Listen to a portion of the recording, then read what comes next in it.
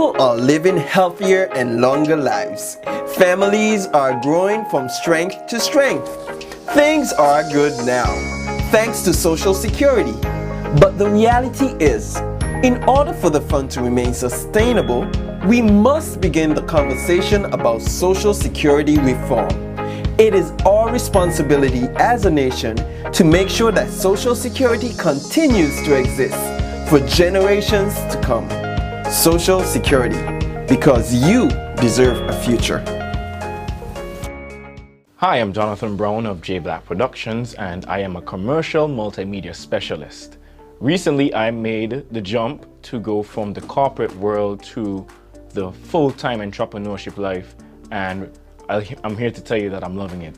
One of the reasons why I made the jump into the full self-employment arena is I love that I get to develop and thrive in my own creative space. You get to set your own working hours, so no more getting up at 8 o'clock to find that parking space. But it's not work when you love what you do. Take it from me. There will be trying times, but your dedication to your passion is what will carry you. Most times you won't get a go signal. You'd have to jump off a cliff and build a plane on the way down. It's a thriller, to be honest. Business-wise, you have a number of things to deal with. One of them for me was to sign up for Social Security self-employed coverage. I know in my time of need, when I get sick or old in age, I would be guaranteed a benefit. It's a long-term investment, and what you put in is what you'll get back out. Very important. So, to all the self-employed go-getters, go sign up for your Social Security self-employed coverage today. Once again, I'm Jonathan Brown of J Black Productions, and you can find me on Facebook, Instagram, or you can contact me 869-766-7797. That's 869-766-7797. Boom.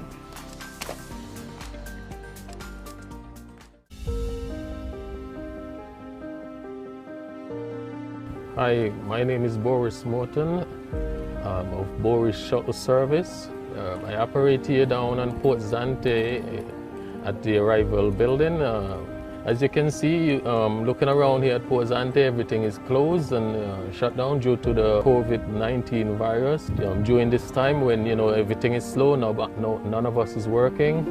The Social Security would have come on board to help a lot of us, especially those of us who are self-employed. If you haven't joined up as yet with the Social Security Board for the self-employed program, I must say to you, you should get on board now, because probably without the Social Security Fund, a lot of us might not have been having anything at this moment, because you see there's no ships coming in, there's no job. Port Zante is closed down where a lot of the work are. At this moment, I must say a very thank you to Social Security, and not just the Social Security only, but the workers also at Social Security, who probably might have come up with this initiative to help us, the self-employed, and not just us, the self-employed, but many others who have lost their job during this time. Thank you to Social Security, and have a nice day, folks.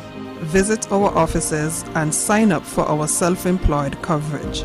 Beroad, Bastia, or Penny's Estate, Nevis.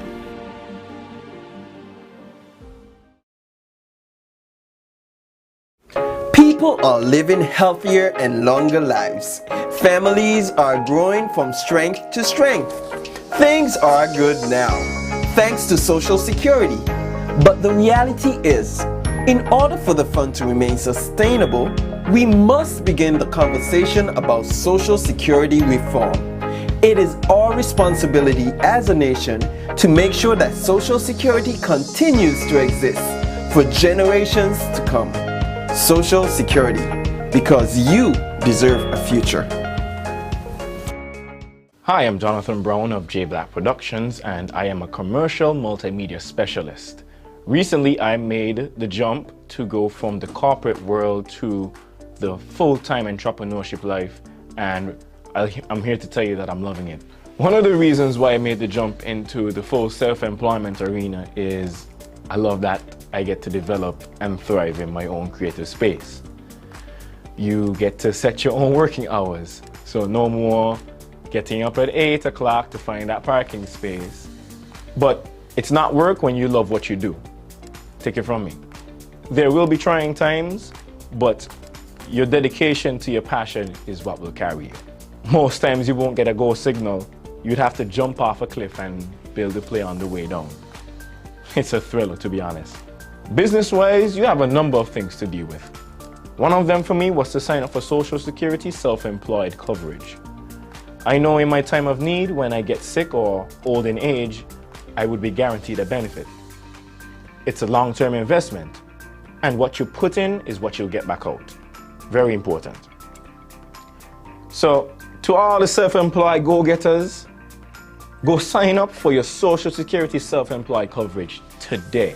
Once again, I'm Donovan Brown of J Black Productions, and you can find me on Facebook, Instagram, or you can contact me 869-766-7797. That's 869-766-7797. Boom.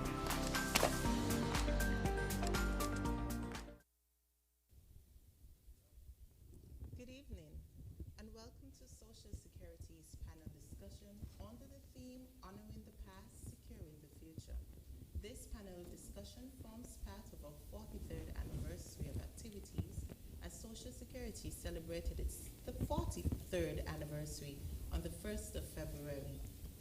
Tonight, we will be speaking on a historic overview of Social Security, the role of investment, governance, and of course we'll have an employer, self-employed perspective on the importance of Social Security. The panel discussion will flow as follows. Each presenter will be given a maximum of 10 minutes to present his or her view on the matter, on the subject area, after which we will open for discussion amongst us. At the end of all the presentations, we'll open the lines for a call-in segment. Throughout the panel discussion, we will advise of the times and the rundown before the presenter is finished. We want to invite you to pay close attention to Social Security, and without further ado, we'll roll right into the discussions. I'll introduce my panelists. The CFO, Ms. Marilyn Johnson, is the Chief Financial Officer of the St. Christopher and Nevis Social Security Board. Over 25 years in various capacities. Professionally, she's a certified public accountant, CPA, a certified internal auditor, CIA, and a certified management accountant, CMA. She is a member of the Eastern Caribbean Institute of Certified Chartered Accountants. She holds a master's degree in finance. She is also a chartered director and a member of Toastmasters International. Her interest in people and community development caused her to serve as a volunteer on Sadler's Community Council and the Special Olympics Committee of St. Kitts and Nevis. Ms. Johnson believes that she can change the world by positively influencing one person at a time, because that person will in turn make a difference. Welcome, Ms. Johnson. Donovan Herbert graduated from the UWI Cave Hill campus with a bachelor's degree in economics and mathematics, double major, in 2006. He joined the Social Security team as the Manager of Research and Statistics in November 2006, leading the department in a key role to analyze data trends in employment and benefit expenditure, amongst others, to inform key decision making.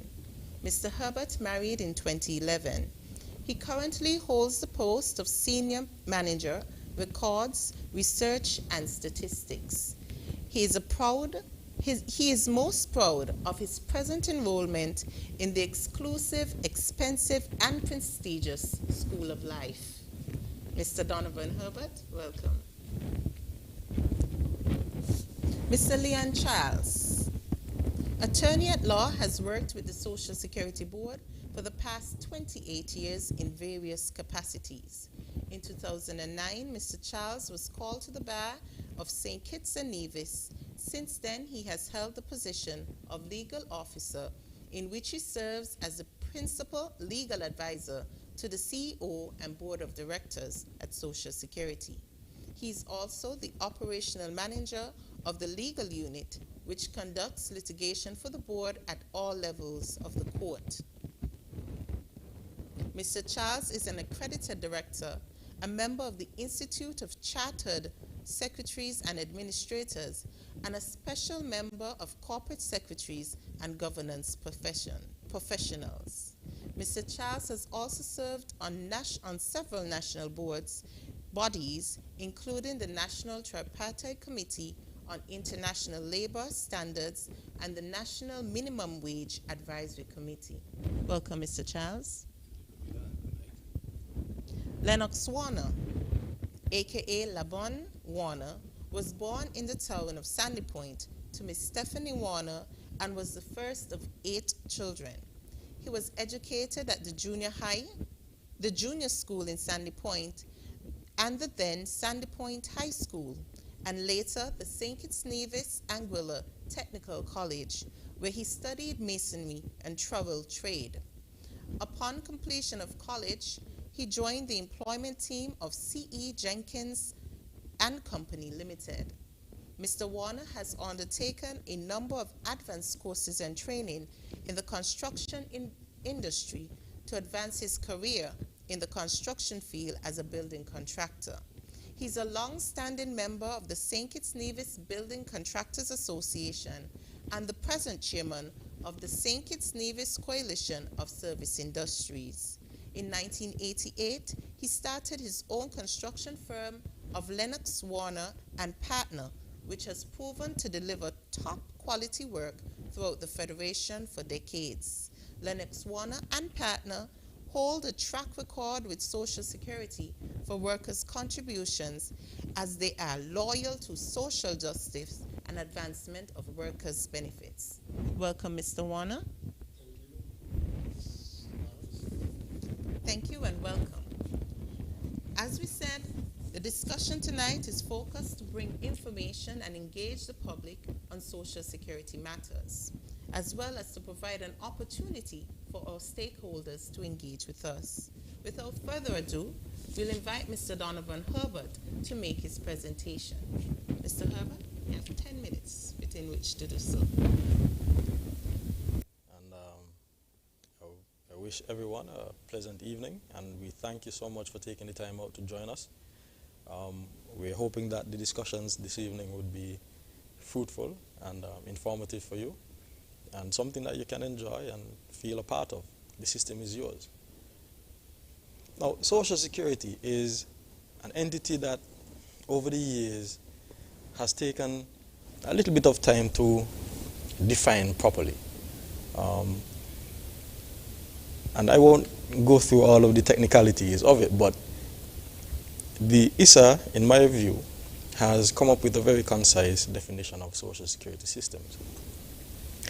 And in it, they identify that the protection which the Social Security systems may be defined as any program of social protection established by legislation, which is key, or any other mandatory arrangement that provides individuals with a degree of income security when faced with contingencies of old age, survivorship, incapacity, disability, unemployment, or rearing of children. It may also offer access to curative or preventative medical care. As I said, that definition came from the International Social Security Association. Now, Social Security systems also possess certain key features, and the Social Security Administration of the USA would have identified that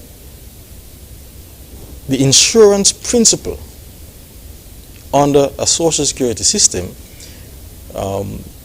which a group of persons are covered by, in some way, they are covered for the occurrence of certain defined risks. And a social element, which usually means that the program is shaped in part by broader social objectives rather than being shaped solely by the self-interest of the individual participant. And I think that is key and quite important, that the system is not a selfish system. And here we can touch on the principles of the Social Security system. The foundational principles of Social Security are universality, where the system seeks to cover as many persons as possible. In other words, we want to cover all workers and self-employed persons. Solidarity, where all workers should contribute or participate in the system. Equity, we want to treat all members fairly. And these are the three foundational pillars of social security systems.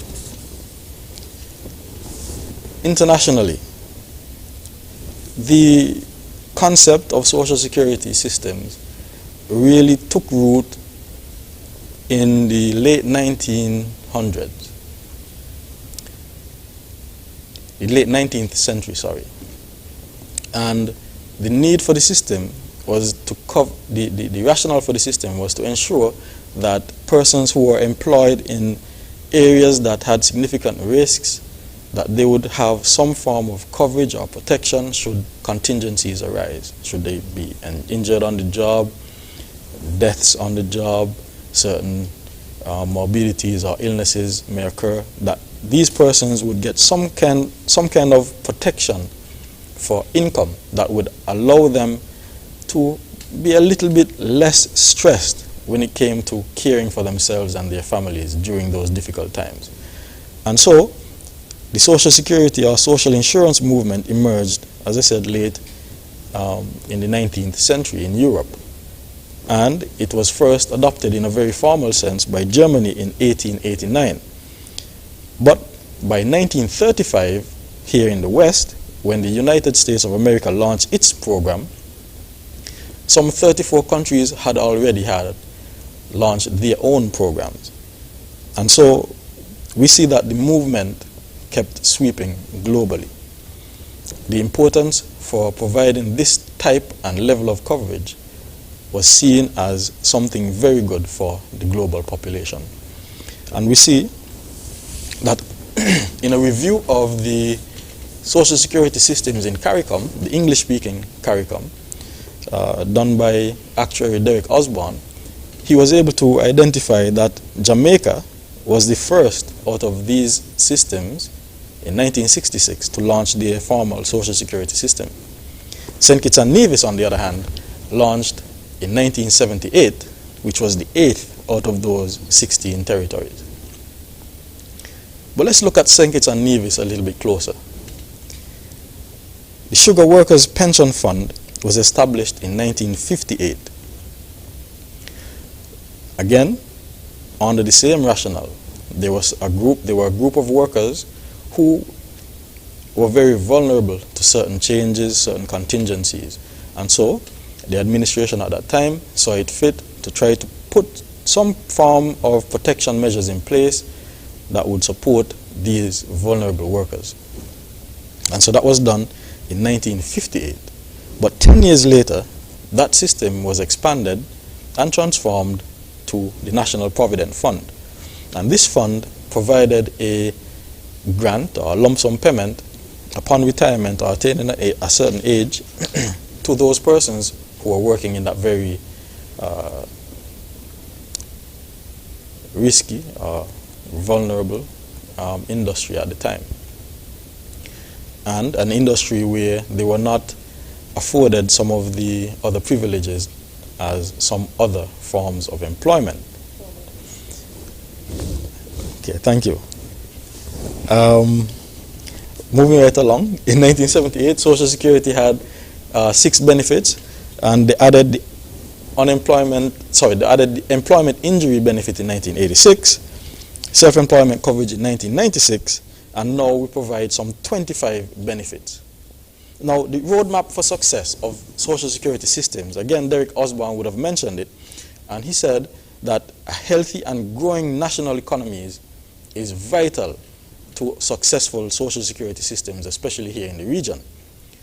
well-designed contribution and benefit systems that are equitable for all classes of workers, employed, self-employed, and those who move within the CARICOM single market and economy.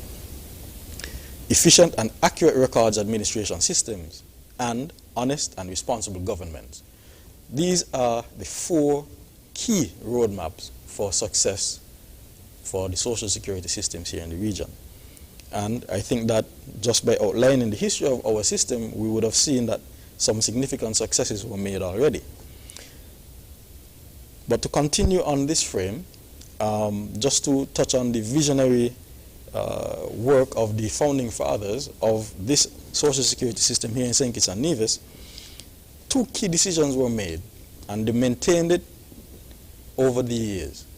And that was, our contribution rate was set at a level of 10% at inception. The employment injury was added in 1986 for 1% additional.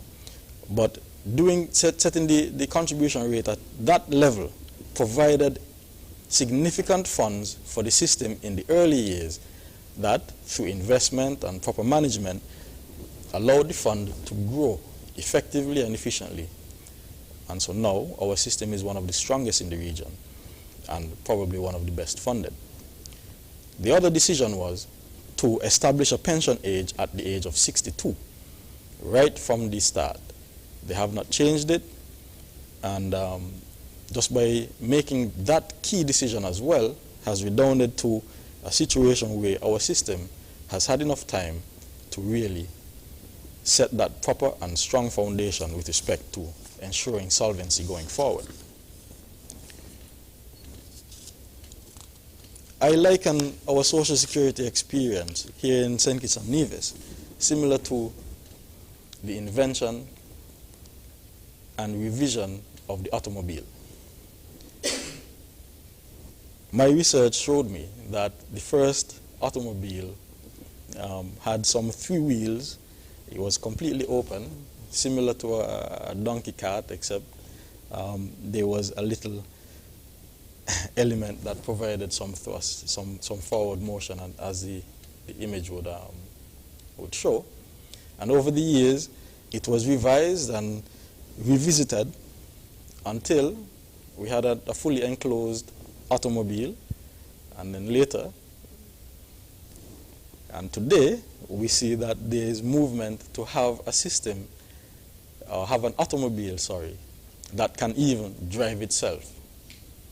Further, it's operating on electrical power. 30 seconds, but we'd love to hear what you have to say. So we'll give you 5 more. Okay, I appreciate that. So, we have seen how the system would have evolved, grown over the years, adding benefits, adding additional coverage where the need was seen, bridging the gap to ensure that our insured persons and the workers here in the country would have access to reliable, relevant, and fair social and income coverage should anything untoward occur. I've put a few charts in the presentation, and I hope that we can touch on them very briefly. The first one looks at the total gross earnings over the years. And here we saw that in 1978, 36 million was the gross earnings of the workers in the country. Just 36 million. But by 2020, and the 2020 figures, I must add that these figures are not the final figures. They are not audited figures for 2020. Those figures are preliminary, and in fact, they are accurate up to October, November. Right? But it's the figures that are represented here on the chart give a good idea of how the system would have progressed over the years. And so it grew from 36 million in 1978 to over 1 billion in 2019. And as I said, the incomplete figures for 2020, 783 million. That is the reported earnings of the workers, of the workers here in the Federation. The other chart gives an idea of what would have happened with respect to these gross earnings per contributor. So, in a given year, on average, each contributor would have earned the amount of money reflected on the chart. So in 1978, it was just over $3,000. In 2019, each contributor earned, on average, $34,000 per year, or for that year. 2020, as I said, the incomplete figures, but that figure was at 27,000. So we have seen significant growth with respect to earnings and employment within the Federation over the years. We also can touch on what was the average monthly employment by year, and just looking at the years from 2010 to 2020, we see that on average we've had around 25,000 persons working in the Federation in any given month, and those persons would be working some 26,000 jobs or thereabout. Right? I will wrap up. I'll skip to the last chart. Right? That's the last chart. And this last chart is important for us to look at. It's important for us to look at because it tells a story about the funding of the system. And we see that the blue line represents the contributions from our workers, from our employees and self-employed persons into the system, and the red line represents the benefit payments that we would have made over the years. The daylight that we see between those two lines are fantastic years for the system.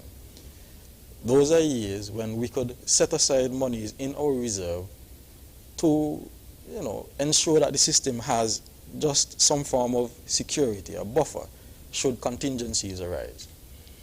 And once the funds were managed properly, then the system would extend its life. We noticed, though, that in 2019, the contributions and benefits were pretty much the same. And 2020, albeit unaudited figures and incomplete for the year 2020, we see that there's a gap that we are not so pleased about. And that is that our contribution income is falling behind our benefits payments.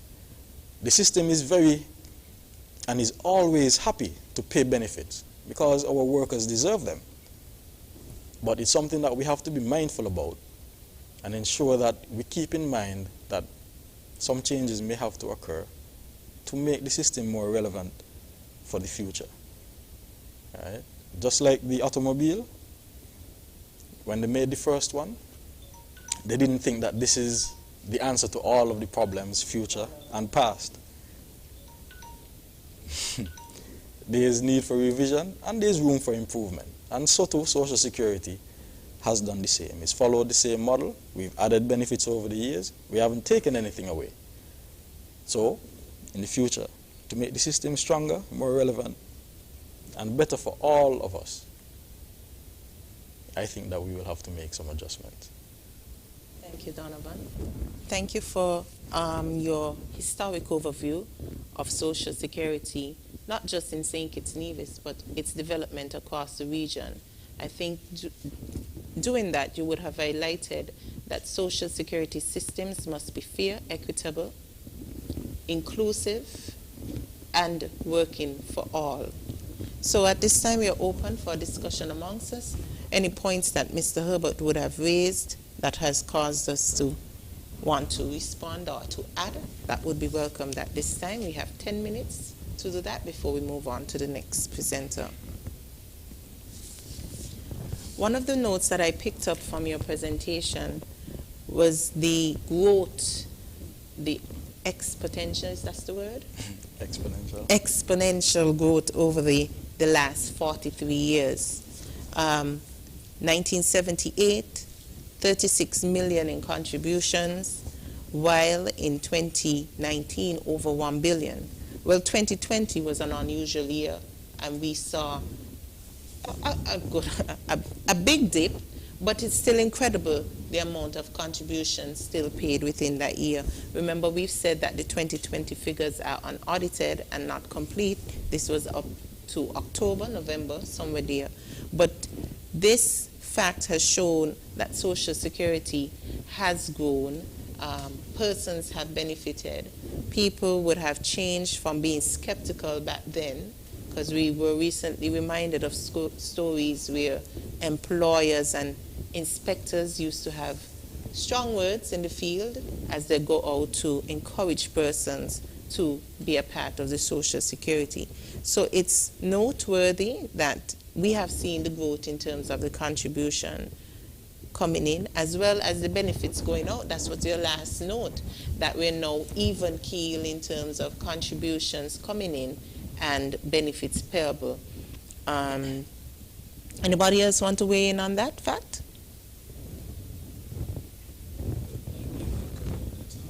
That trend really shows an increase in compliance. As you just mentioned, inspectors would have gone out in the field and in the early days would have gotten a few choice words from some of the employers. But over time, people have recognized the benefit that Social Security can bring. And so that increase that we are seeing is a result of increased compliance, increased understanding of what Social Security is trying to achieve. And on the latter end, what we are seeing now is that a generation has now reached the point where they now cannot benefit from all of that, what we call buffer. And you know what's incredible also is the noteworthy, we cannot forget those two key decisions that were made at the start of Social Security that said, that required that you pay at the same rate, 5%, as was with the National Provident Fund, as well as to increase the age from 60, where you got a lump sum, to 62. Those key decisions would have provided another buffer, or what we need in order to give Social Security the stand that it has today, the foundation that we stand on. Kudos to those who were there, the founding fathers, Robert Llewellyn Bradshaw, Honorables E. St. John Payne, Robert Manning, and all the others who worked in the midst of making those decisions. That would have been visionary to think about, you know, in order to extend the life of Social Security or to give it good footing. These are two key decisions to be made. Okay, on the benefits end, we also have seen the increase in benefits expenditure as more and more people take advantage of the system. People are claiming, as they should, as well as wage levels have risen, have increased, and as a result, more persons are qualifying for higher pensions. A few years ago, like 10 years ago, we had many persons qualifying for minimum pension, and we are now at a point where every year we have seen an increase in the number of persons who are now qualifying for the maximum pension. And this has, you know, added to the expense or the expenditure in benefits payout, especially as it regards to pension. But that's a good sign, because it means that the system is doing what it's supposed to be, or what it was intended to do. We would have kept the promise. Correct. Correct. Whereas in the early days, there may have been lots of skepticism. Now there is proof in the pudding, because I'm told that we have over 6,000 pensioners a month. So that's incredible. And at least 50 new pensioners every new month, right? Just about. Somewhere there. So, yes, it means that the system is working. Anything else, Mr. Warner? For some reason, there are some hidden information, in my view, for the public. The journey or the road to where we are. When the system would have begun, the challenges to the people who were maybe more educated, and at certain sectors of society who challenged the decision and the vision. but over time coming on stream and their age would have now chip in and make them, I guess that is why the quantum that is being paid out appears to look like there is an even-steven situation. But I don't believe it is just that alone. And I would want to challenge later a few things, but I would wait to hear from the accountant, the lady who speaks of the money, because there are a lot of questions. I am not here to present any major speech, but I'm going to question a lot of injustices socially versus economic injustices. Okay. Finish there. All right. Thank you for that. We appreciate you being here and to provide some, objectiveness to our conversation. We don't want to appear as if it's all Social Security and the stakeholders' view matter. And so it's important that we hear from Mr. Warner and others who would like to take part in the conversation. We'll have one more presentation before our first break. And so who's up next? Ms. Johnson or is it Leon? Ms. Johnson? Okay. I don't have a problem going. Okay, good evening again. This evening, I would like to address investments, the role of investments in Social Security. Now, the previous presenter would have spoken about contributions and benefits, and that there's a gap between contributions collected and the benefits paid. Now, one of the roles of Social Security, or one of the ways Social Security can close that gap, is through its investment activities. Now, Social Security, as Mr. Donovan mentioned, was established to make benefit payments to insured persons who qualify for these payments. Now, these payments are funded or financed by two main sources. One, your contributions that are paid into Social Security by your employer, and the two, investment income. From the contributions that you pay into the fund, Social Security pays the benefits to the persons who qualify for them. We also cover administration expenses. That is the cost of running Social Security.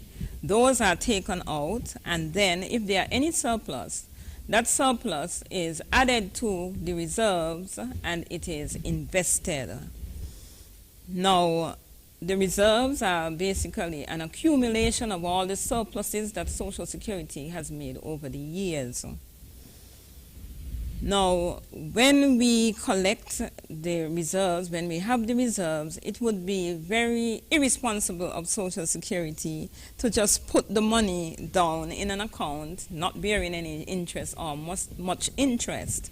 What we try to do is to invest the funds so that it can grow. It can increase in value. Now, the Social Security Act and regulations provide for the investment of these reserves. The legislation mandates the establishment of an investment committee, which is responsible for the investment policy and the investment decisions made by the board. The regulations also outline the persons who should comprise or who should make up the investment committee. The Act prescribes how the fund may be invested by way of a list of guidelines for making investments. Now, apart from collecting the contributions and paying benefits, therefore, a very important part of our operations is investment. Investment income is one way in which Social Security is able to grow its reserves and to ensure the sustainability of the fund for generations to come.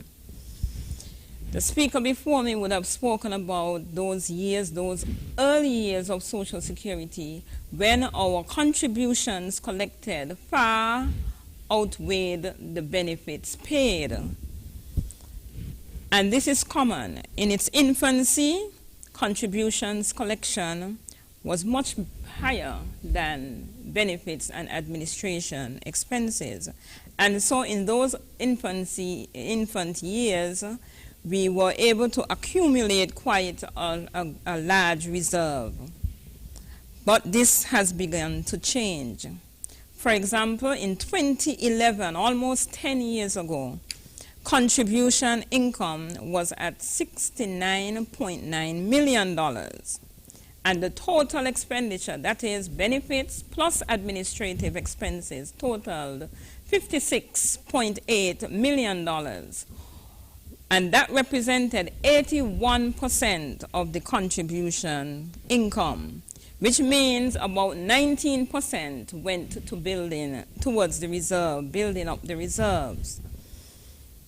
Fast Track 2019. Contribution income in 2019 had grown to $99.9 million. But so had in expenditure. Expenditure actually grew, and I'm talking about benefits and administration expenses. They grew to $115 million. That was 116% of contribution income. What that means is that we are no longer experiencing or enjoying a surplus from our contribution income. So how are we able to fund our expenditure? Here's where investment income comes in. In 2019, 33% of our total income was from investment income, while 66% was from contribution. Hence the importance of properly investing the Social Security funds. We need to bear in mind that Social Security is a promise of pension and other benefits in the long term. It's a long-term obligation. Once a person registers as an insured person, Social Security is promising that person that in 40 years or so, they should be able to qualify or get a pension. And so, in order to meet these long-term obligations, prudent investment of the Social Security Fund is very critical. There also, in investing these funds, there needs to be a proper trade-off or balance between risks and returns, while taking into consideration liquidity. At what point would we require funds to meet our obligations? Generally, Social Security is considered to be very conservative in its approach to investments.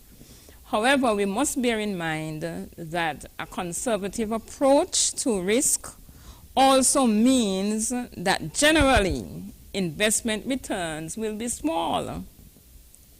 Geographically, over 95% of the portfolio is in local investments, while 4% is overseas and 1% is in the Caribbean region. As a mature, partially funded pension fund, it is very critical that Social Security improve its performance, its investment performance, so that the fund will continue to grow and remain sustainable. It's our fiduciary responsibility to ensure that this happens. Over the years, we have made some strides towards diversifying the portfolio, but we need to do more in that area. We need to improve our returns, maximize our returns, while keeping an eye on the risk. To this end, Social Security has taken steps to build capacity within the organization so that it can improve the overall management of its investments and hence improve its investment returns. It is our fiduciary responsibility, as I said, and we take it very seriously. And I must assure you that we are doing our best in your interest to ensure that your Social Security remains sustainable for generations to come. Thank you. Thank you. Thank you for staying within time to Ms. Johnson. Oh, you are? Okay. Donovan, you need to go over there. I'll get the training from Ms. Johnson. You better. Yes. And so Ms. Johnson would have whet our appetites, given us some thought into the investment portfolio and its importance, the role of investment in buffering or sustaining Social Security. We want to ensure the public that Social Security remains strong, and we in fact are accountable in that the systems employed are robust and dedicated to ensure that the right persons receive the right benefits in the right amounts. You spoke of the investment portfolio being 95% local, 4% international, and 1% regionally. Our investment policy, how do we determine what happens where and how? Okay. The investment policy is based, number one, on our investment beliefs. What do we want? What do we believe as it regards investing? Then we have to look at what's our target investment return. And that has to be considered along with our funding policy. How are we, when we look at the long-term obligations that we have, how are we going to go about funding them?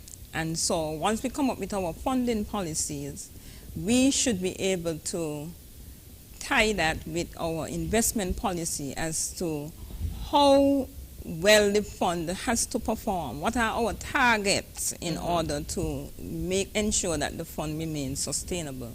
And then from that, we then have to look at how are we going to allocate the investment portfolio.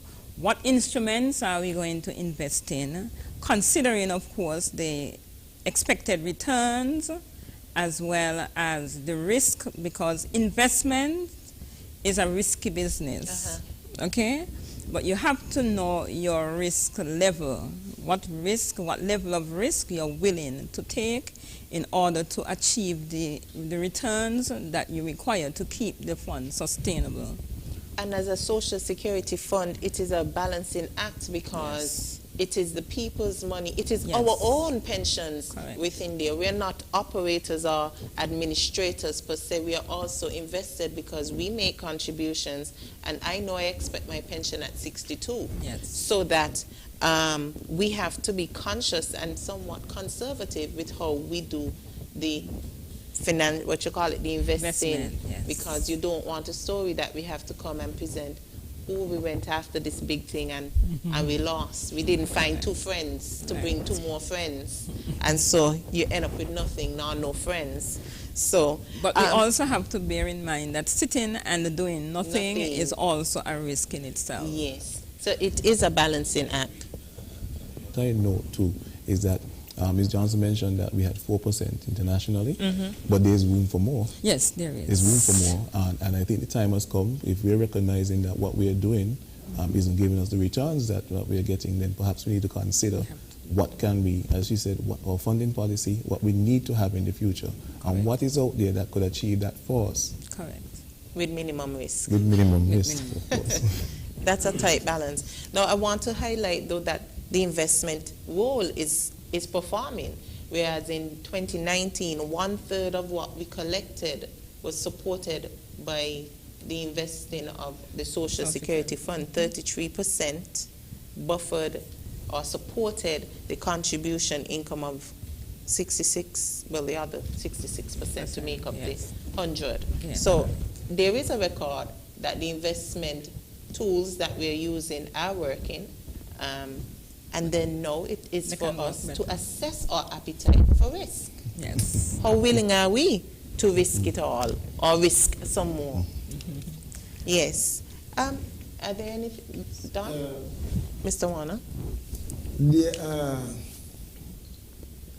some points that Ms. Johnson made that seems to be questionable for me as an employer, a self-employed who makes strong contribution, and my record, Lenox One and Partner record to Social Security is untouchable.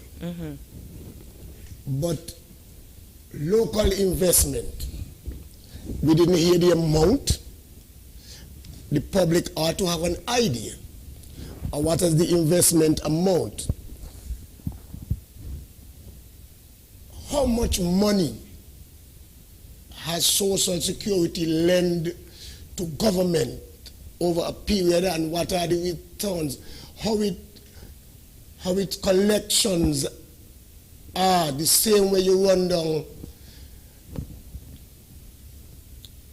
employers for contribution. The public needs to know. My second point, delinquent employers. How does it stand out in terms of percentage and quantum that is owing to Social Security, since Social Security has made a new strategy of meeting the sick leave and other things, even though your employer has not been up to date? How does the public, how does other employees, or how much the employees are missing from not being given the proper information? Just taking or waiting until an employer is very, very high in an amount to then take him to the courts, he or her to the courts, is not doing the funds any good. And vice versa, there is a burning situation for me. How come Social Security can lend in-house monies at a low rate, but will run us down as employers for 10% of delinquent charges, etc.? So there are some balances and checks, and so need to. The board of directors, to me, are not carrying out the vision and the wishes of the visionaries. And big salaries, I believe everybody entitled to salary based on their qualification. Is it that the employment in Social Security are not overpacked? It's not heavy? When you listen what Ms. Johnson have said tonight, it left a lot of question. Why administrate? She has not said the figure, but when you look at the percentage of income as contribution and investment income versus payouts and administration fee, which she has not separated, and I think it's deliberate, has left in people like me, who have seen a lot of other big business people and employers suffer the consequences of the long arm of the law by Social Security. And I believe that Mr. Bradshaw and his team and other people yes, we wish that the employees in Social Security get a good return, especially the qualified one. But when you look and you see what Social Security staff look like and you're hearing what you are hearing now, it appears to me as if some serious internal works need to be done. It's not just putting out to the public a chart and showing, but you are not telling the public as to the true position by the subheads, etc., as to why we are now not just having that space between income, whether it is collective bid, contributions and investment, it is very, very tight. And my last point, based on what Ms. Johnson said, appears to me, and I hope that this would not be left here, that we need to be checking and finding a way of stopping delinquent employers from this long run of no contribution. 30 seconds. And still continues, and when we wait till the court and we're spending up monies, we ought to be mindful that each contributor deserves not just social justice but economic benefits. And I close there till my time to present. Thank you, Mr. Warner. And as usual, you give us the thought-provoking questions that keep us accountable. And of course, we will continue the engagement throughout the night and even after this discussion so that we can come up with answers. Well, not come up with, because we have answers, but provide the platform where we can give all the information that stakeholders need. I promised a break. We'll be right back after this brief message. Stay tuned. Hi, I'm Jonathan Brown of J Black Productions, and I am a commercial multimedia specialist. Recently, I made the jump to go from the corporate world to the full-time entrepreneurship life, and I'm here to tell you that I'm loving it. One of the reasons why I made the jump into the full self-employment arena is I love that I get to develop and thrive in my own creative space. You get to set your own working hours, so no more getting up at 8 o'clock to find that parking space. But it's not work when you love what you do. Take it from me. There will be trying times, but your dedication to your passion is what will carry you. Most times you won't get a go signal. You'd have to jump off a cliff and build a plane on the way down. It's a thriller, to be honest. Business-wise, you have a number of things to deal with. One of them for me was to sign up for Social Security self-employed coverage. I know in my time of need, when I get sick or old in age, I would be guaranteed a benefit. It's a long-term investment, and what you put in is what you'll get back out. Very important. So, to all the self-employed go-getters, go sign up for your Social Security self-employed coverage today. Once again, I'm Jonathan Brown of J Black Productions, and you can find me on Facebook, Instagram, or you can contact me 869-766-7797. That's 869-766-7797. Boom. Hi, I'm Jonathan Brown of J Black. If you've just joined the discussion, Social Security is hosting a panel discussion honoring the past, securing the future. Before, we would have had presentations by Donovan Herbert, who gave a historic overview of Social Security, followed by Marilyn Johnson's presentation on the role of investment. Before the break, we had some questions from Mr. Warner, and so we'll open the floor right back to Ms. Johnson so that she may respond. Okay. Thank you very much, Camilla. Some heavy questions, Mr. Warner. But let me begin by mentioning that our investment portfolio at the end of 2020, and again, these are unaudited figures, was just over $1.5 billion.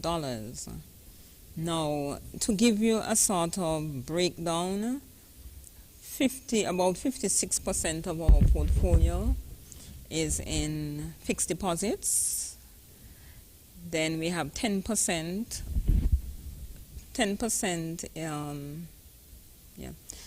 about 10% overseas. No, sorry, not 10% overseas. About 26% are in loans, and these are loans to statutory bodies. And we have 6% in equities, and government securities are about 2%. Now, government, we have quite a number of loans to statutory bodies, and I must say that let's say 99% of the statutory bodies meet their obligations. We hardly have any problems with government entities or the statutory bodies not being able to service their loans. Their loans are being serviced. I must also add that the government of St. Kitts and Nevis must be commended, because we are one of the few islands where the government pays its contributions regularly. In St. Kitts and Nevis, government actually contributes about 2/3% in St. Kitts of our contribution income collected. Okay? Now, investments also, apart from returns, a growing economy, a healthy economy is very essential for the success of Social Security. And one of the things the investments one of the objectives that the investments seek to do is to stimulate activities in the economy of St. Kitts and Nevis, which will in turn translate into more jobs, and then persons are able to pay their contributions. Okay? Leon? I think Mr. Warner did make a mention about the situation where we have delinquent employers, and where we might seem to be giving them an extended period of time before we take action against these delinquent employers. And one of the things that you have to bear in mind, Mr. Warner, is that sometimes employers run into difficulties, and we at Social Security, we try our best to aid and guide these employers in terms of managing their affairs. We sometimes play the role of financial advisors, and taking them to court is the last resort, absolutely last resort. We do our best to assist them, to negotiate with them, and to have discussions to see how we could help them to manage their account. We offer payment plans. We offer the opportunity to submit their forms and then pay later. And so we try not to do anything that would hinder their business from thriving. One minute. Eventually, in some cases, we do have no choice, and so we end. So you may find that a period of time might elapse before we actually take action, but it's not that we're not taking action. We're not taking the long arm of the law, so to speak, right away. We try our best to negotiate these matters.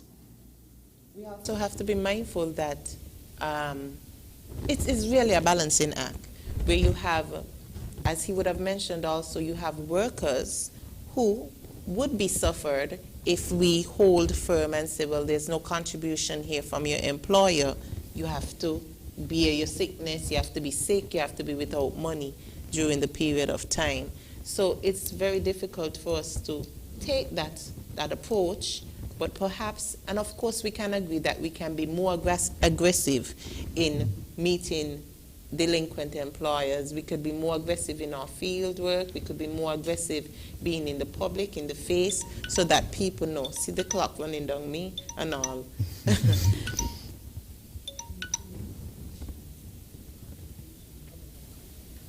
Okay, go ahead. Okay. Just to make a correction, the government of St. Kitts and Nevis contribution to our contribution is 1/3 and not 2/3. 2/3 is from government, 2/3 and 1/3 is from government and 2/3 from other employers. And in terms of the portfolio, we have 10% in real estate, 10% in real estate, about 56% in deposits, 26% in government securities, and this includes, yes, government securities, 2% in treasury bills, and 6% in equities. Thank you for that correction. Mr. Warner's point. One of the things which the Social Security Act allows us to do is to afford insured persons or employees the benefit of being able to get their claims paid, even in the situation where the employer is delinquent. But then we can recover from the employer eventually. So we have to take that route so that insured persons are disadvantaged in terms of their rights and their benefits, and then we deal with the employer after the fact, because at the end of the day, it's the employer responsibility really to ensure that the contributions are paid. The employee is just a party in the middle, and so we have to ensure that they are looked after. All right, thanks for that point. And the time is running down. We have just a half an hour left and 2 more presentations, as well as to open the lines. So Leon, without any further ado, Yes. you're up. Thank you, Camilla. All right, tonight I want to speak to the public on the topic of governance and the governance structure of Social Security. Now, for any organization to succeed, they must have some form of governance in place. And one of the things that stands out for me for Social Security is that Social Security has been declared by numerous international instruments as a fundamental right. The Universal Declaration on Human Rights did that, as well as the ILO Declaration on Social Justice. And as most of us will know, fundamental rights are human rights, which are given a high degree of protection from violation. And the fact that Social Security was seen as being something so important and significant that it was elevated to this point from an international standpoint, then that is something significant. So if we are looking at Social Security as a fundamental right, then the question is, how do we protect Social Security, this very fundamental right, from being violated?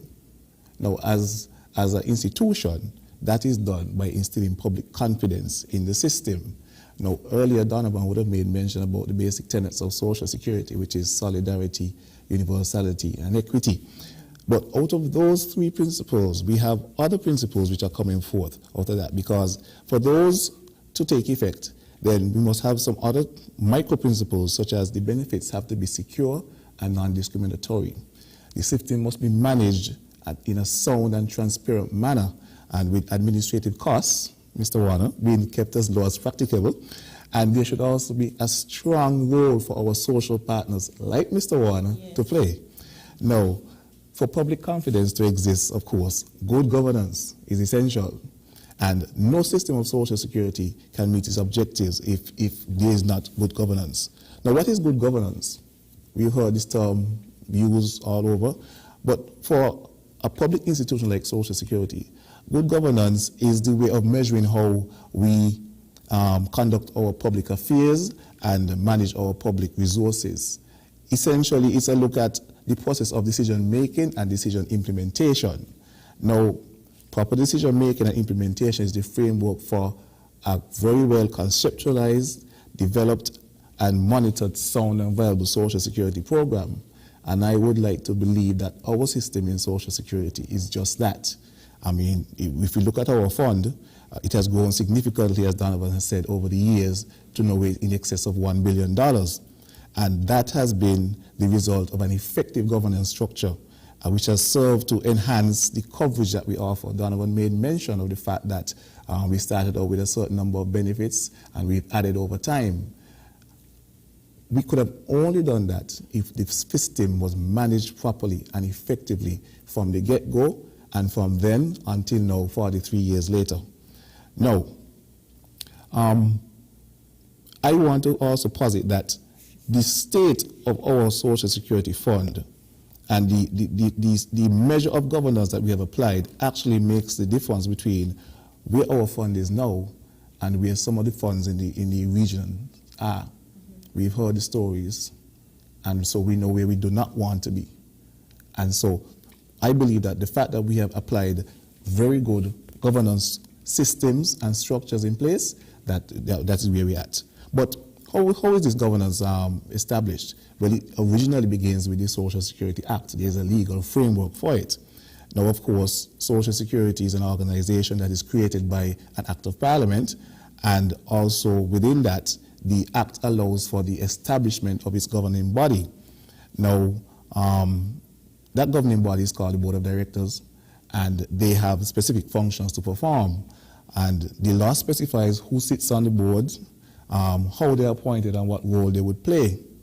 Now, in principle, the organization essentially deals with the administration of the scheme, while the government has a role to play in terms of policy making and amendments in legislation where necessary. And they, in particular, they decide who is covered by the scheme, the type and level of benefits that are offered, and the system of financing the scheme. And Donovan, of course, made mention to where we are financially, and perhaps it's time that the government have to take a second look at how the scheme is financed. In terms of the status of the organizations, we have seen where there has been a different structure of Social Security where independence is a factor.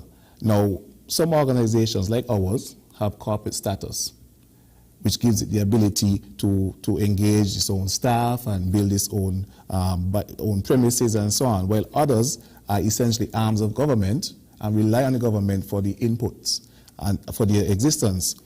Of course, we have the ability to invest our own funds, while those other systems have to depend on their, what we would call the Ministry of Finance for that. Now, from a governance standpoint, the first option is to be preferred because, of course, the objective is to separate the financing of Social Security from the government budget. What this does, it creates autonomy and also accountability. We can develop accountability and the different interests can be easily balanced. Now, that is the pattern that our Social Security Fund has been following from its inception. So again, we have to give kudos to the founding fathers for that. Now, in terms of the governance structure, we have the Board of Directors, which is really a tripartite body made up of three key players being the government and our two social partners being employees and employers. Now, each of these groups have a very crucial role to play in the development, management, and supervision of Social Security. And of course, that has a bearing on the achievement of good governance. Now, what are these roles? When we look at it, the government really has a critical role to play because Social Security is an essential component of the government's social protection structure. All right? And so the government has an obligation to provide adequate living standards for the citizens, and therefore, through their input in Social Security, whether directly to the discharge of governmental responsibilities or to create an environment where and a framework where employers and employees can carry out their roles and responsibilities, that is where they are critical.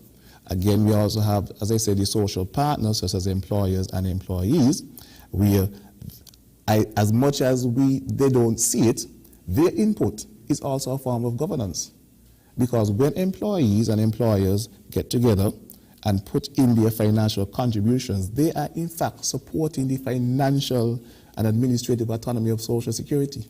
They are ensuring the viability and sustainability simply by performing their obligations under the Act.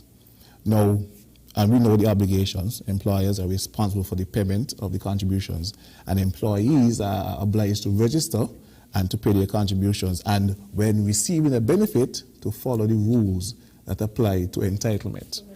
Right? Now, the board has important responsibilities, such as ensuring that the contributions are used judiciously and for the intended purposes. The board has to make inputs to the policymakers, aka the government, create transparency in operations, and assuring that all the policies and practices are done in accordance with law. And in addition to that, they also oversee administrative operations in terms of our collections, record keeping, determining eligibility for benefits, and making benefit payments. Now, it's important that the board exercises proper financial governance because that ensures that we do not have a deficient system of benefit delivery, and it reduces wastage of funds, because we understand and we know that inefficiency and ineffectiveness could undermine the credibility of any social security scheme.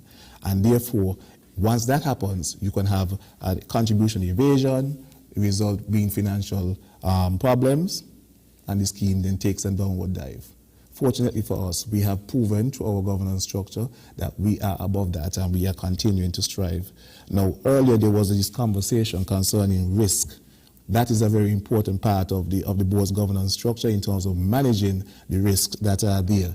Social security systems, not just here in St. Kitts, but globally, have certain risks and conditions that could seriously impede and undermine the effectiveness of the institutions. We have operational risks, we have IT failures, we have people having poor compliance with contribution obligations. Ms. Johnson mentioned liquidity risk, where we would not be able to meet the demands, or the financial demands in the near future. And then, of course, there's the liability risk. But the board has in place an effective risk management structure to identify these risks early. And although we can't prevent risk, we can definitely minimize it. Now, looking to the future, we know that Social Security has a significant impact on the economy and the country's well-being. And the entitlements that we have are entitlements that build up over a very long time.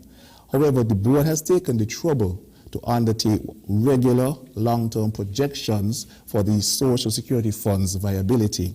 Now, of course, this is not the ultimate responsibility of the board. They would engage an actuary to do this actual review. But what happens, people like Mr. Herbert would provide the board with the necessary statistics and information so that the board can be in a position to offer its advice for the planning to be done. Now, long-term planning definitely is an important aspect of the board's responsibility and an important governance aspect. And what we do is that once these reports come back from the actuary, it forms what we call our Bible, in addition to the Social Security Act, which is an important reference tool for all of us for policy deliberations going forward. And so these are the things that the Social Security Board has implemented in terms of its governance structure. Some of it has been created by the Act, others of it has been done as a necessary business position. And of course, outside of our own local governance, we have guidance from international bodies, mainly ISA, the International Social Security Association, which brings together national social security systems on an international level. And really, their idea and their mandate is to create excellence in social security administrations and to provide professional guidelines and with expert knowledge and so on. And they are ready and willing to support us in the endeavor to ensure that the fund is properly managed and that it is sustainable for a long time in the future. And that is the basic structure of our governance. Thank you, Mr. Charles, for a good oversight of the governance structure at Social Security. It's good that we can share that information. The decisions, the policies are not ours. We don't just decide on how the framework is, but there's the Act number 13 of 1977, which sets the tone and pace of our Social Security system, and therefore the board and all who has those vested powers can help to shape the Social Security Fund through the input of the workers and, of course, the public's views and opinions of what the Social Security Fund should be. We'll have 5 minutes to discuss any matter from Mr. Charles' presentation, and then we go quickly into Mr. Warner's presentation before we open the lines. Any thoughts on Leon's presentation? Yes, I think it was a very, very good presentation, and I think that in time, with more forums like this, we will be able to delve into them a little bit deeper for the general public to understand and become aware of where the system is trying to go and how we are trying to refine as we go. Again, I keep going back to the automobile scenario, and I guess I'll discuss a little bit more about it as, after Mr. Warner's presentation, but the governance structure is very important for any entity that seeks to remain relevant, become efficient, and be successful anytime in the future. So I think that Mr. Charles properly laid it out. Johnson? No, I'm good. Mr. Warner? Mr. Charles, I think it was very good, but I believe that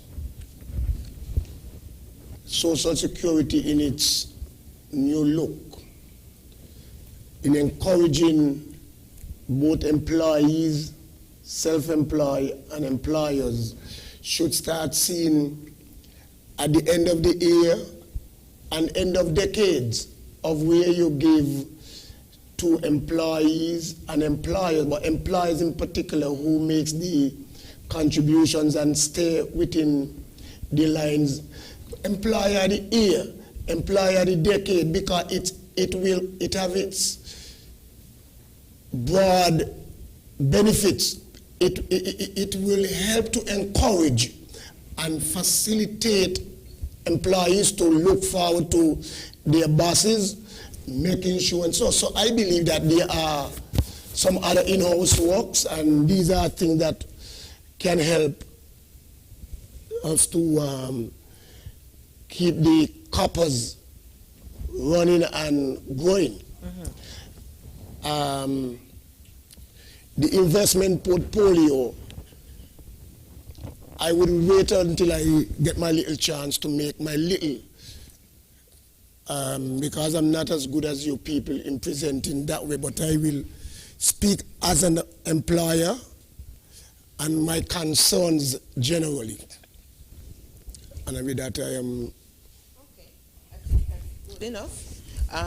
And it's now actually your time. So I'll set the clock. And we'll hear from Mr. Warner. Mr. Warner has vast experience. He's been in the field quite a while, and as you've heard him say, he has an impeccable record of Social Security. He believes in employees' benefits, their right to benefit, and so he ensures that his contribution record is untouched. Mr. Warner, please go ahead. Good evening. Social Security, based on the dictionary, it says an employer is a person, organization, institution of other people, people who employs and so on. Self-employed, working for oneself.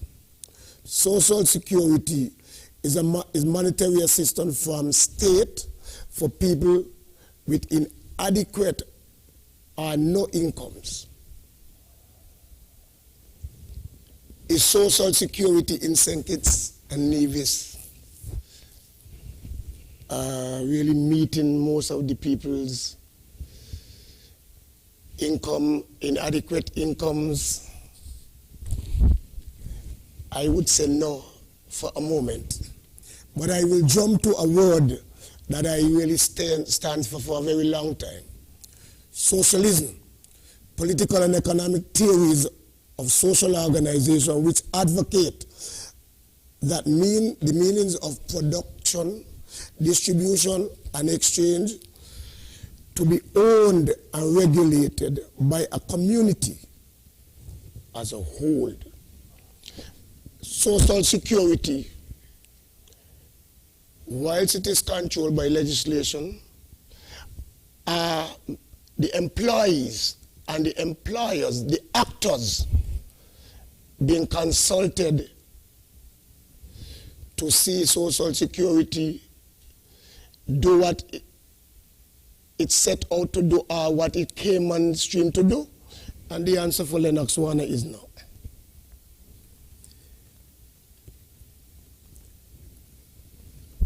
A board of directors, based on the legislation, give them the rights to sit, meet, and discuss what they feel, not what the community and its contributors them are in need of and should be benefiting from.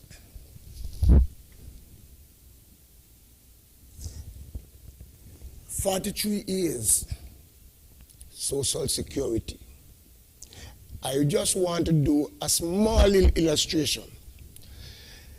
When Social Security would have come on stream, the sugar industry would have been the largest employer in this federation.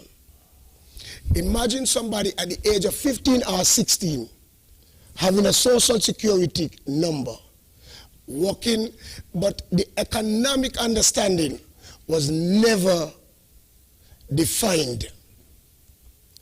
It was being told by the political bosses of the land and the visionary that we are trying to avoid you in years to come to be a beggar and not to be sitting around, don't have nothing for yourself. So please work and contribute.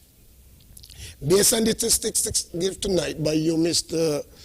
Herbert, the early years would be clearly seen as to people continue to produce, they go to work, and there was no reason to go, not even wanting to take a doctor paper, even sometimes when they get cut with a machete, people still feel that they was in a position to go and produce. Today we have more lazy people that are benefiting from the system, especially with political dancers, making sure some people can get benefits socially, but rather than the Ministry of Social, whatever in government, caring for them, we are walking through people's contribution. A question that arises and strongly beats me: how so many people come into my country and is benefiting largely after we people have fought and worked so hard to get the sugar lands. The sugar lands is a part of our national pride and everything. It's a part of the social justice. And Social Security is a part, a pillar, an institution which represent social justice. But I have been able to see that social justice versus economic injustice. Because if you have money, if you make a bigger salary, you can abuse the system, even though you're telling people that they are benefiting from a social program. What of, and that's why I make the point earlier, is it the right trend by Social Security to allow employers, I don't care who they be, to run for months without the contribution of their employers going into the system?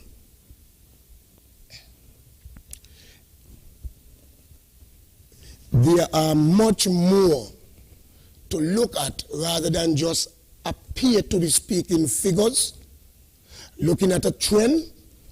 But the bigger trend, I will draw to your attention, my audience. Have we seen any multiplying effects for the people of the state, for their contribution that they for years been putting in the Social Security, rather than we speak of their pension? There are large and there are questions that need answers. Economists fools and tells you what they want. Ms. Johnson, a great accountant, the lady who counts the money and see how it goes. I still believe that Social Security, as the largest social institution, need to revise their way of monies, especially to housing for habitats. How? Social Security, just like how they give to inside employees loans, why people who make contribution after 15 years or so cannot return to Social Security and get a same loan which would carry a smaller interest and their benefits will be more better rather than a government giving a ministry 5 million to build some houses, and you have to be doing political dancing and other gymnastics to get a chance of a house, and the rate, and even if you had to go to the bank, National Bank and the Development Bank, the interest rate are so high.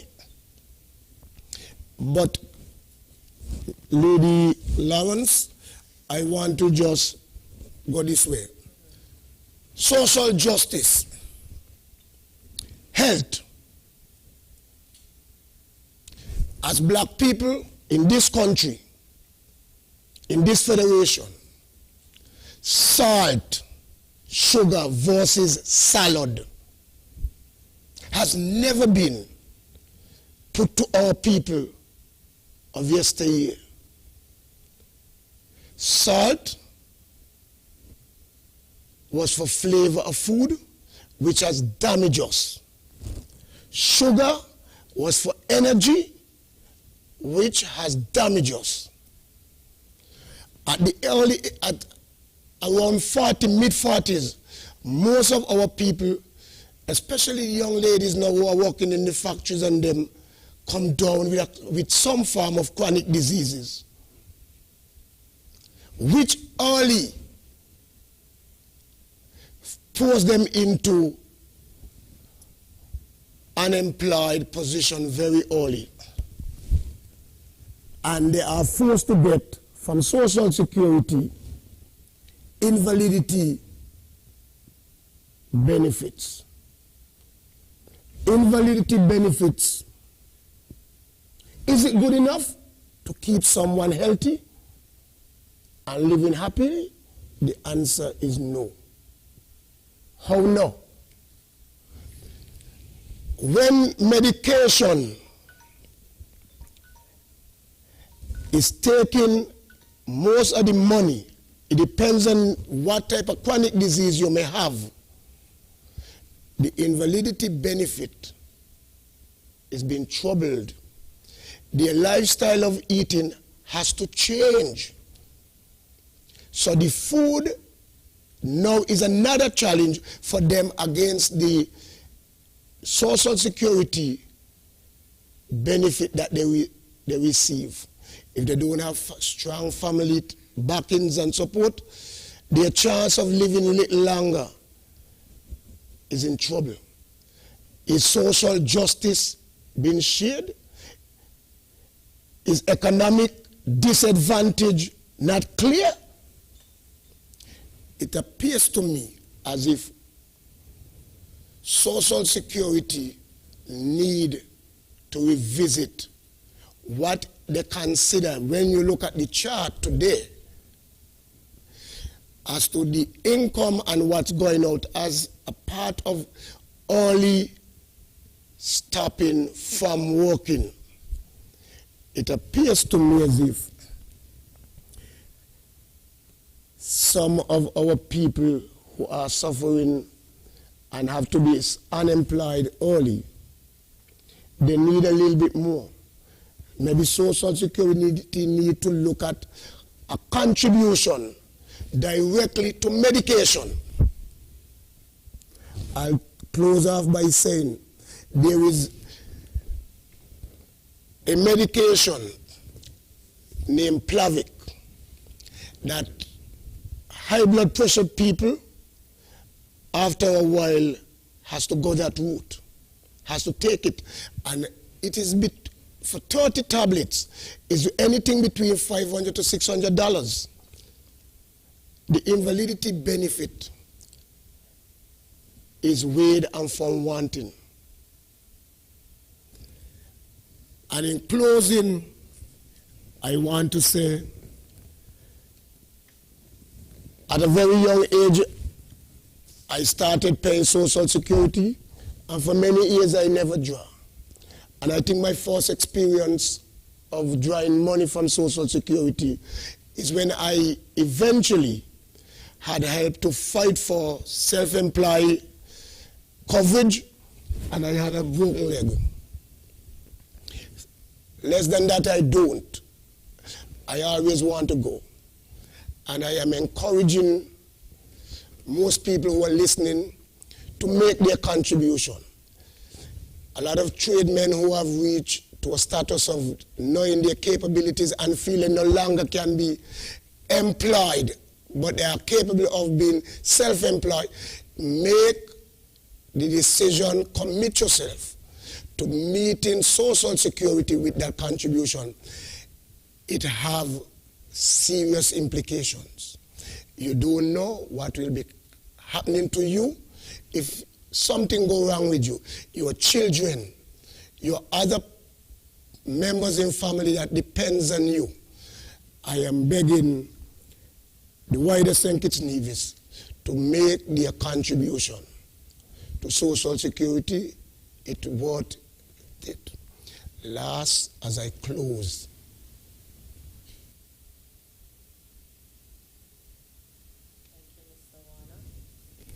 I think we put the nail in it quite a bit, and we always like to engage Mr. Warner. His thoughts are provoking, and sometimes just exactly what we need to move a little further, a little faster in the right direction.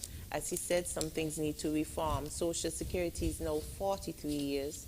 You know, with life, you had a baby, and by the time you look around, that baby is now bringing you grandchildren and so on. So, of course, there's some room for remodeling and looking at the benefits package and looking at the contribution rates and looking at the holistic picture of what Social Security has to offer.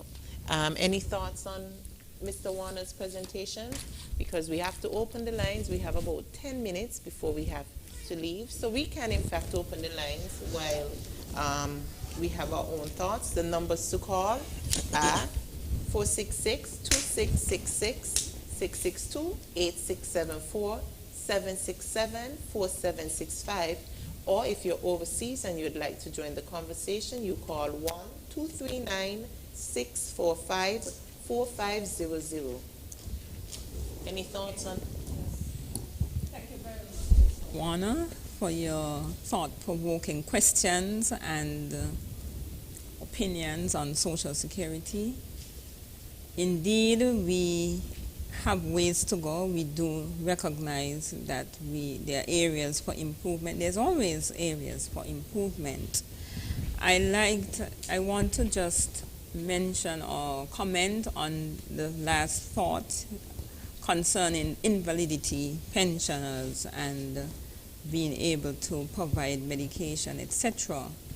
And tie it with the former comment you made about working. Now, at Social Security, benefits, the level of benefits are dependent on your level of work, of your level of earnings, that's how high your income is, as well as your regularity at work. And you did mention earlier about persons and encouraging persons to work, because the more you work, the better it enhances your benefit, because your benefit rate will increase. Now, while I understand the challenges especially with the invalidity pensions and so on, Social Security cannot be everything to everybody, because everything comes at a cost. And so I would encourage persons to enhance use the opportunity to enhance their benefits once they are able to work, because the more contributions you have in the system, the higher would be your benefit rates, etc. In terms of medical expenses, government has a role as it relates to health, and there have been some discussion about universal health. And so if we provide everything for everybody, you also spoke about loans. The banks have their role to play in providing loans. That's not a function of Social Security to provide direct loans to the public. We would be going into the realm or going into another area for which we have not been instituted to do that. The banks do that. And so while I hear you, we cannot be everything to everybody. Mr. Warner made a point that had me thinking as well.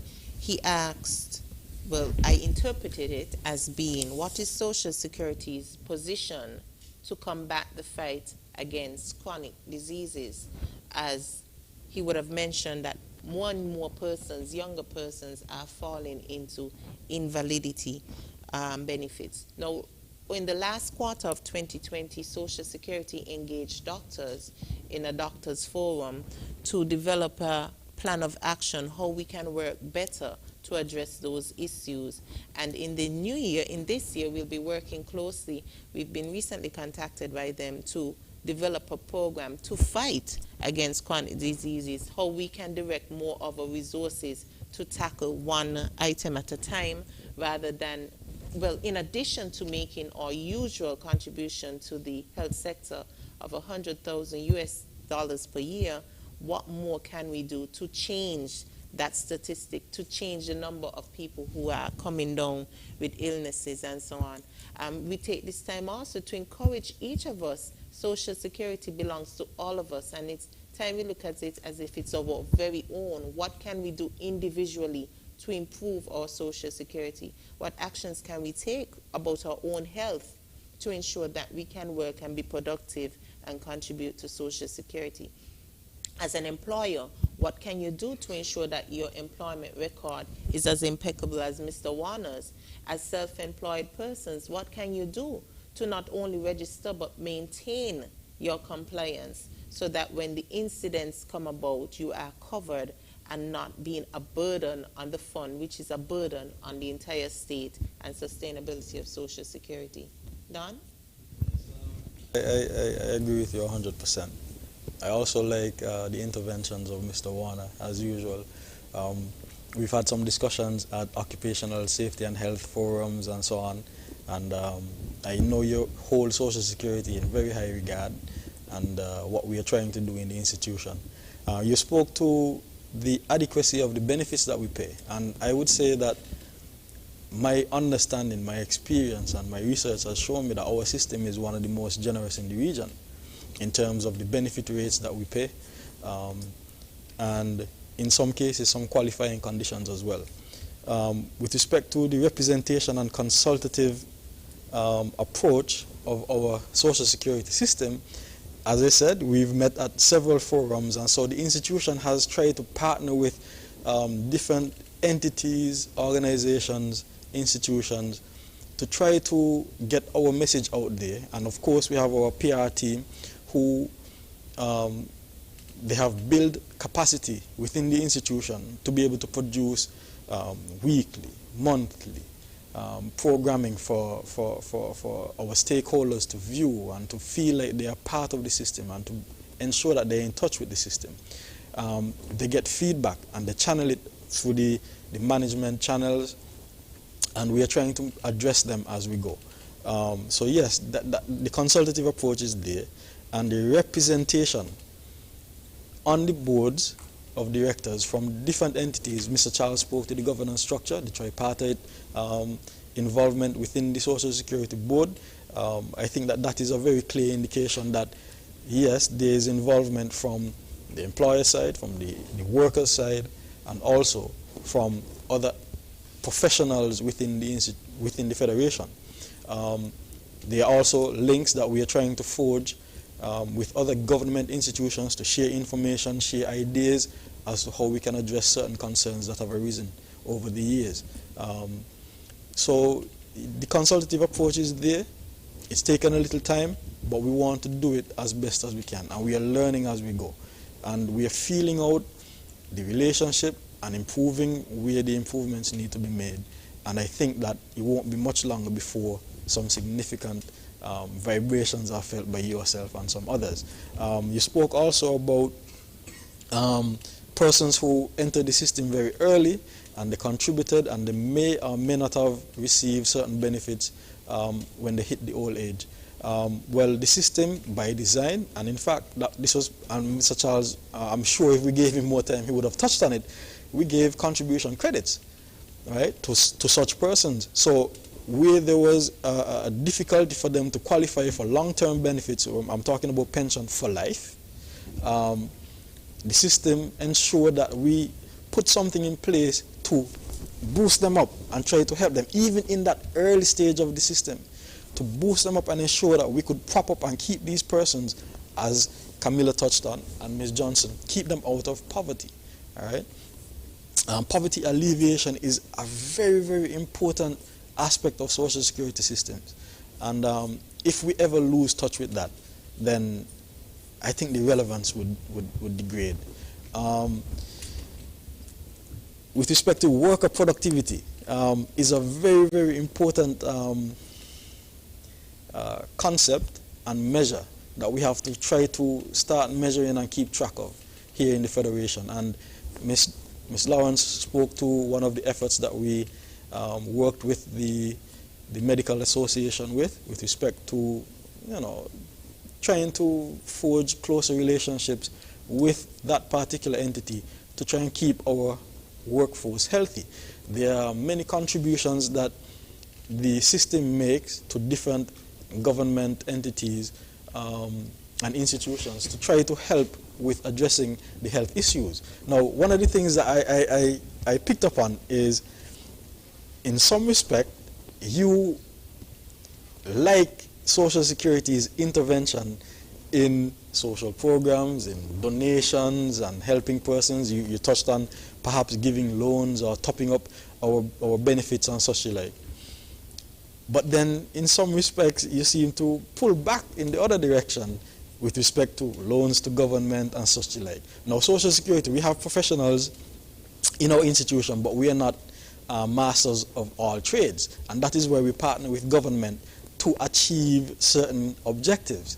If they are better at delivering certain products, certain services to the public than we are, then we can't overburden ourselves in the institution. We support the government in their initiative. And so sometimes that is the best approach. Right? We, as Ms. Johnson said, we can't be all things to all people, or we're going to leave our system behind.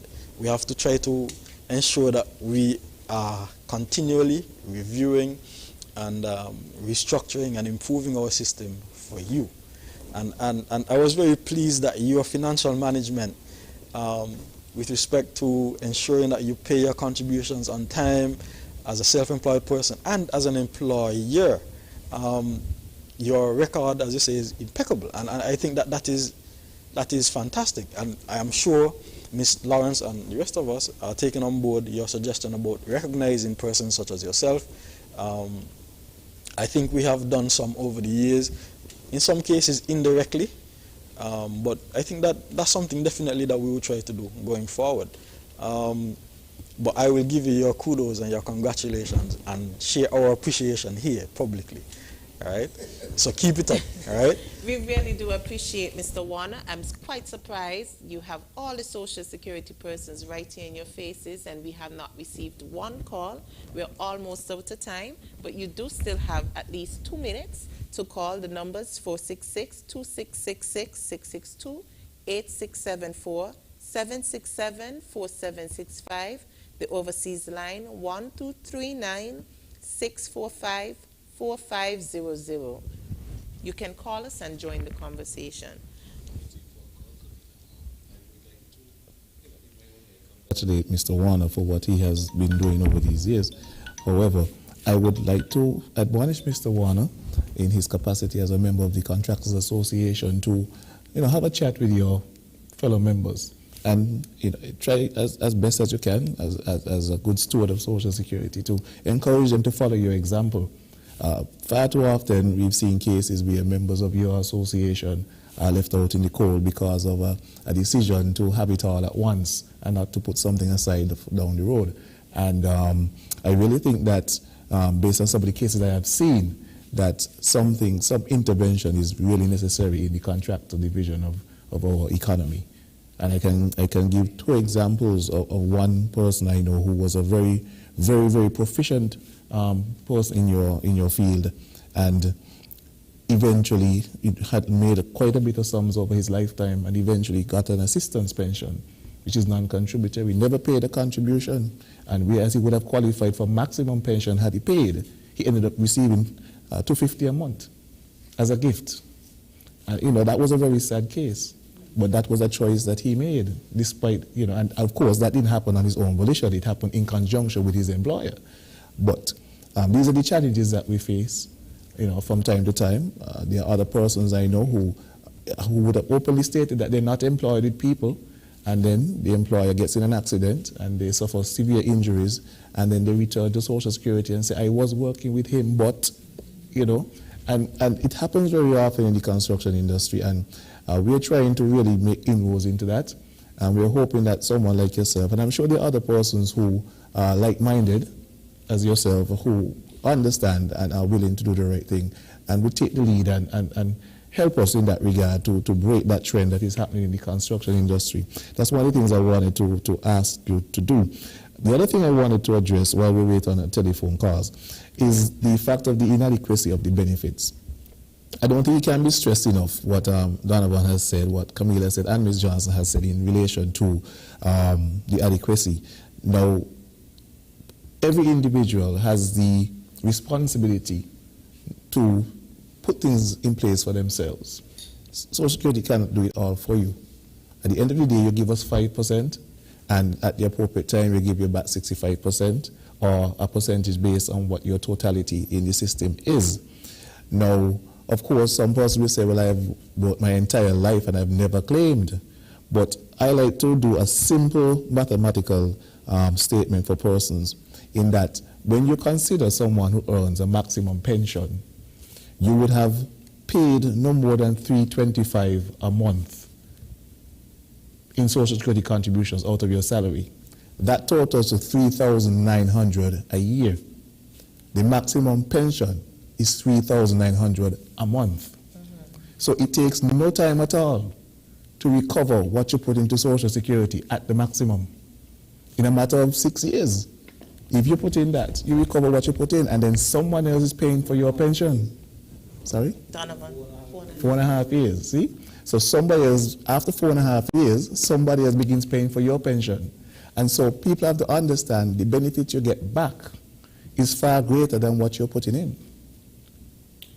Mr. Charles, I don't think that you are saying anything that I am not fully aware, and I'll simply say, as a member of the St. Kitts Nevis Building Contractors Association for years, and as the president still, we have gone the length and breadth of this country trying to get people to come on board, and it is one of the hardest.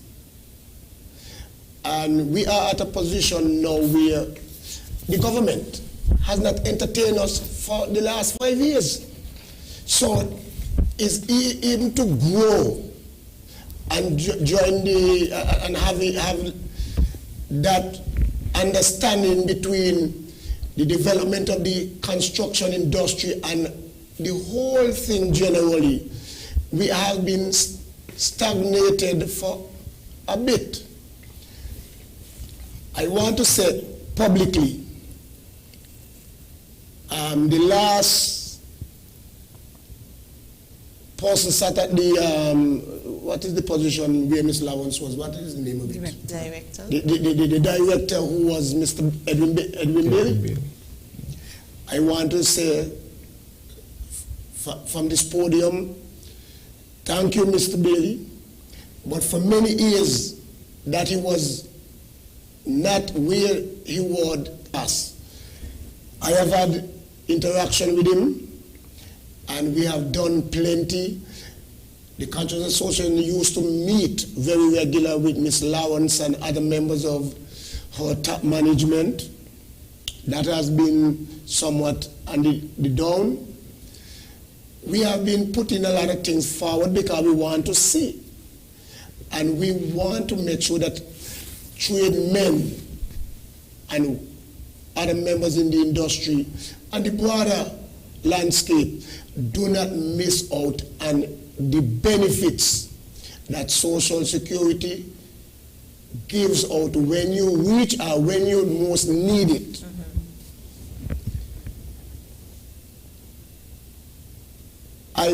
I believe ignorance in a lot of our people are more harmful than their benefit. Some people come to work with you and they want to tell you don't pay. I am not in that.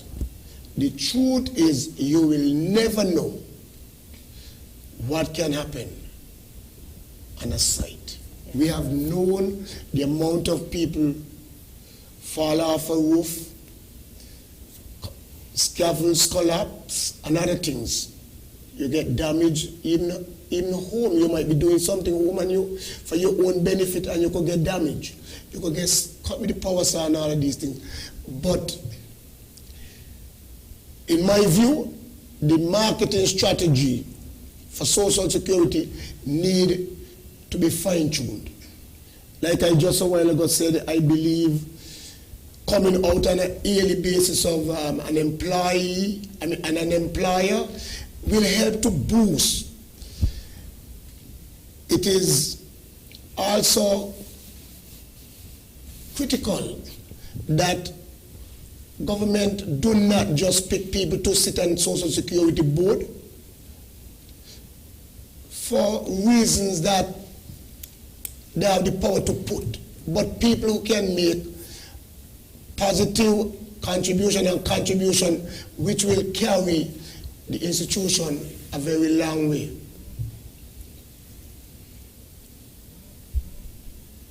I believe Social Security can cut back on the sponsorships and other things to help its contributors. But for tonight, 43 years, 25 years of self-employed status, I want to give you all the institutions some praises, and I believe that after tonight, we was unfortunate not to have a call. Maybe the conversation is too big. If you were speaking some Malay and so on, you would have had plenty calls. But our people need to educate themselves for their own benefit. Social Security has been put in place by Bradshaw and them who foresee, and it is time our people understand. For most of us know a lot of people come back from England, who come back from America, and them and boasts about their pension. And we need to get people to understand and appreciate that pension not just fly because of its country name. It fly because people put something aside in these different countries' Social Security system. To the audience, I bid you a good night. Thank you, Mr. Warner. I don't think, I'll just ask if any of you have any wrapping up words because we really need to go. Ms. Johnson, any final words? I just want to reiterate that Social Security belongs to all of us. The person who is a member of Social Security belongs to us, and we need to, take interest in what happens at Social Security to ensure that it remains sustainable. Thank you. Donovan? I just want to thank everybody for their time and thank the institution for the opportunity to come and speak to our members, our clients, and just let them know we love you all and we appreciate all of you. And we wish the best for you, even in trying times. So let's just work together and make the system better. Leon? Yes, we're very glad to have been able to come to the public and to indicate to the public where we are as an institution and what we are doing and will continue to do for the people of St. Kitts and Nevis. I want to encourage everyone to continue to be a part of this conversation. Take the opportunities that come to you whenever Social Security is the topic comes up. Get involved, get your opinion across, let your voice be heard so that we can plan for the future together. Thank you, Leon. I want to thank all of you, my panelists, for joining us and for bringing us this very interesting topic about Social Security. We assure the public that we will continue to bring more of these panel discussions. You can have your voices heard, your opinions heard, so that we can make informed decisions about Social Security. One of our key messages is to promote the ownership of Social Security. Social Security does not belong to the workers nor the administrators. Social Security belongs to each of you. Pay attention to your Social Security. Ask those tough questions. Require that we be accountable and to provide you with those answers that you need so that you can understand your stake as it relates to Social Security. Thank you for joining us and have a good night.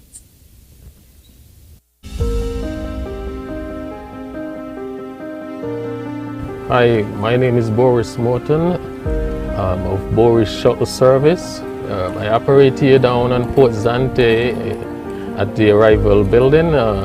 As you can see, looking around here at Port Zante, everything is closed and shut down due to the COVID-19 virus.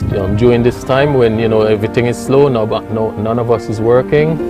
The Social Security would have come on board to help a lot of us, especially those of us who are self-employed. If you haven't joined up as yet with the Social Security Board for the self-employed program, I must say to you, you should get on board now, because probably without the Social Security Fund, a lot of us might not have been having anything at this moment, because you see there's no ships coming in, there's no job. Port Zante is closed down where a lot of the work are. At this moment, I must say a very thank you to Social Security, and not just the Social Security only, but the workers also at Social Security, who probably might have come up with this initiative to help us, the self-employed, and not just us, the self-employed, but many others who have lost their job during this time. Thank you to Social Security, and have a nice day, folks.